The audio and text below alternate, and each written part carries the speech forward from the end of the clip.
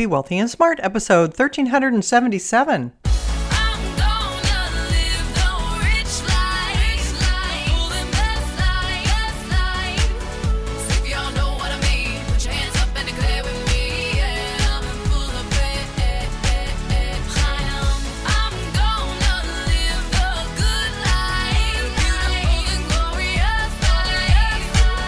Step into a world of wealth and financial freedom without budgets, boredom, or bosses on Be Wealthy and Smart.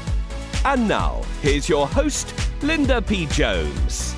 Welcome to Be Wealthy and Smart. I'm Linda P. Jones, America's Wealth Mentor, empowering women and men worldwide to financial freedom. On today's show, we're going to talk about the Fed looks like they're going to cut rates by September, and the markets are pricing in this probability at 100%. So first, when June's Consumer Price Index information came in a week ago, it showed the lowest inflation in 3 years. The CPI was seen as a sign that the inflation was nearing the Fed's 2% target, and the central bank might be able to lower interest rates. Well, markets are pricing in a 100% probability that the Fed will cut rates in September, according to the CME FedWatch tool. A rate cut is seen as boosting small caps and industrials more reliant on borrowing costs than cash-rich mega-cap technology stocks that have been riding a wave of optimism around artificial intelligence, or AI.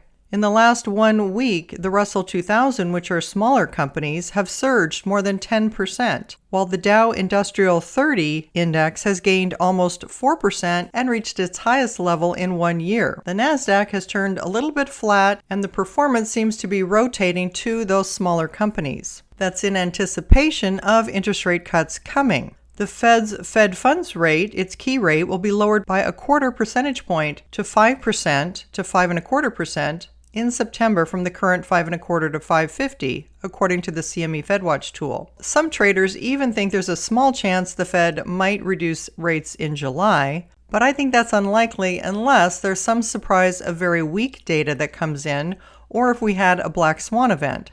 Then everything's on the table. But otherwise, it looks like the Fed is going to cut rates by 0.25% in September. The market is predicting that at 100% odds.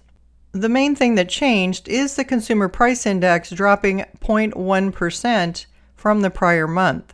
And that put the annual inflation rate at just 3%, which is the lowest in 3 years. We all know the Fed's target rate is 2%, but being within a 1% range of that gives the Fed the ability to lower rates. The way that the odds are calculated is with the CME FedWatch tool, which computes the probabilities based on trading in Fed funds futures contracts at the exchange. And traders are placing their bets on the level of effective Fed funds rate in 30-day increments. So it's a reflection of where traders are putting their money.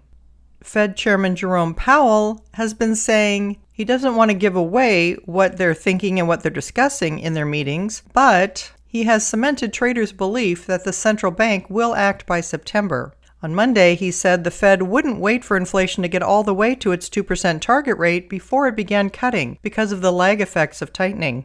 So in other words, when he raises rates, there's a lag effect between the time that he raises rates and inflation starts to cool. And since he's been raising rates for so long, there is this lag effect that we've been waiting to see the results of those interest rate raises. And now because we're in the 1% range at 3% inflation compared to the 2% target, we're close enough that we should be moving in the right direction just based on the lag from raising interest rates and the time it takes for that to show up in inflationary numbers. Fed Chairman Powell said what increases confidence is that more good inflation data, and lately here we've been getting some of that. The Fed will have their next interest rate meeting July 31st, at which time nothing is expected to happen. There's no meeting in August, and then they meet in September on September 18th. So odds are looking very good that the Fed will begin to cut rates at that September 18th meeting.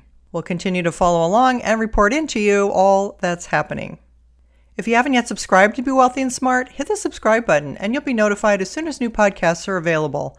And all of my podcasts are on my website at lindapjones.com/podcasts.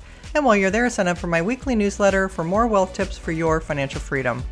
That's all for today. Until next time, live the good life and be wealthy and smart. Thank you for listening to Be Wealthy and Smart with Linda P. Jones. share the wealth, and tell your family and friends about the show. Check out our website, blog, and social media for more riches at www.bewealthyandsmart.com.